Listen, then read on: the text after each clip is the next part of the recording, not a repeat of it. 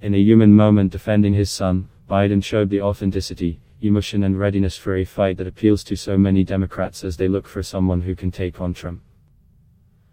At the same time, the elder statesman who is supposed to be the antidote to President Donald Trump was undisciplined and undeniably macho, reminding voters he's an at times undisciplined contender who almost seemed ready for fisticuffs with a hostile questioner.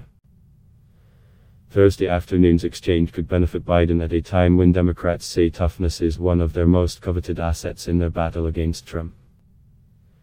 It could help Biden allay the doubts of Democratic voters who have continually complained in interviews that the former vice president is too soft-spoken, too slow compared to his pace in the 2008 and 2012 campaigns, and too flat-footed when attacked during debates by the likes of Kamala Harris and Julie and Castro. Though most political consultants would counsel their candidates not to personally attack voters as Biden did Thursday, he at least looked like he wouldn't shy away from the fight. At a deeper level, Biden knows that one of his biggest challenges is the relentless effort by President Donald Trump, Rudy Giuliani and other Republican leaders to falsely define him as some kind of corrupt operator who sought lucrative gigs for his son in Ukraine. Trump has shown a unique talent for that kind of attack on his opponents. One needs to look no further than the field of fallen 2016 GOP candidates and his relentless jibes against crooked Hillary Clinton and her missing emails to see the damage he can inflict.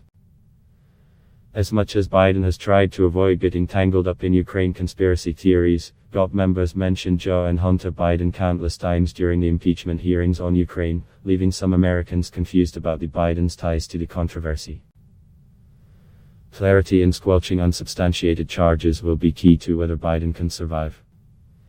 He was easily provoked Thursday because the retired farmer who confronted him essentially outlined Trump's false accusations against the former vice president. The exchange unfolded at a town hall in New Hampton, Iowa, on Thursday afternoon when Biden's 83-year-old adversary inaccurately accused of the former vice president of arranging a job for his son Hunter at a Ukraine oil company, thereby selling access to the presidency, and punctuated his charges by asserting Biden was just too old to be commander-in-chief. "You're a damn liar, man," Biden said, addressing the allegation about Hunter with a flash of anger in his eyes. "That's not true and no one has ever said that." He answered the man's attack on his age and his mental agility by showing the streak of unvarnished masculinity that has long been part of Biden's public persona. "You want to check my shape? Let's do push-ups together, man. Let's run, let's do whatever you want to do," Biden said.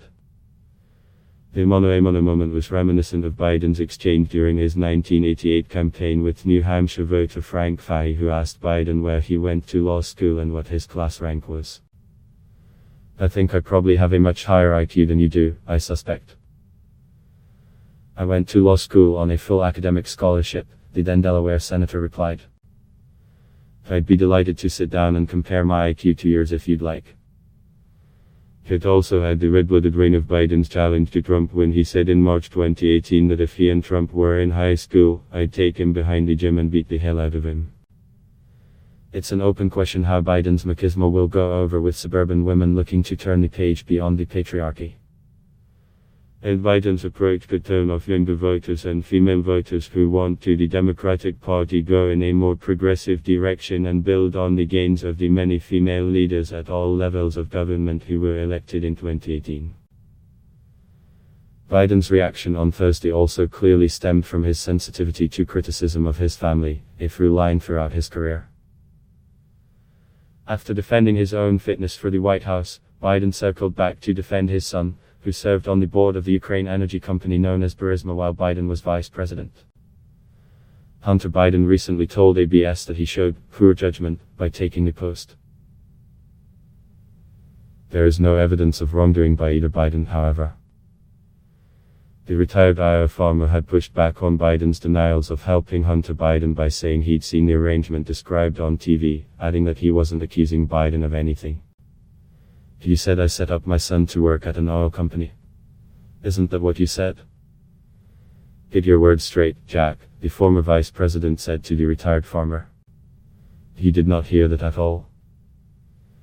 "It looks like you don't have any more backbone than Trump has," the man replied, as the rest of the audience groaned. "I'm not voting for you anyway." You think I thought you'd stand up and vote for me, Biden snapped. You're too old to vote for me. Again, probably not the smartest thing to say to a voter, but authentically, Joe. After the event, when reporters asked Biden why he got so frustrated with the retired farmer, the former vice president acknowledged his competing instincts to defend his son or play it cool. I have overwhelming respect and love for my son. And I find myself occasionally getting frustrated with assertions that have been made that are simply not accurate, Biden said. But as my son would say, Dad, just keep your cool, just don't let it get to you. What I wanted to do is shut this down, Biden said, reflecting on his effort to avoid playing Trump's game, and his realization that the president is most comfortable mud wrestling. Let's keep our eye on the ball here, he said. As for the voter who served as his antagonist Thursday, a reporter told Biden the retired farmer acknowledged he'll vote for the former vice president if he becomes the Democratic nominee. Big heart.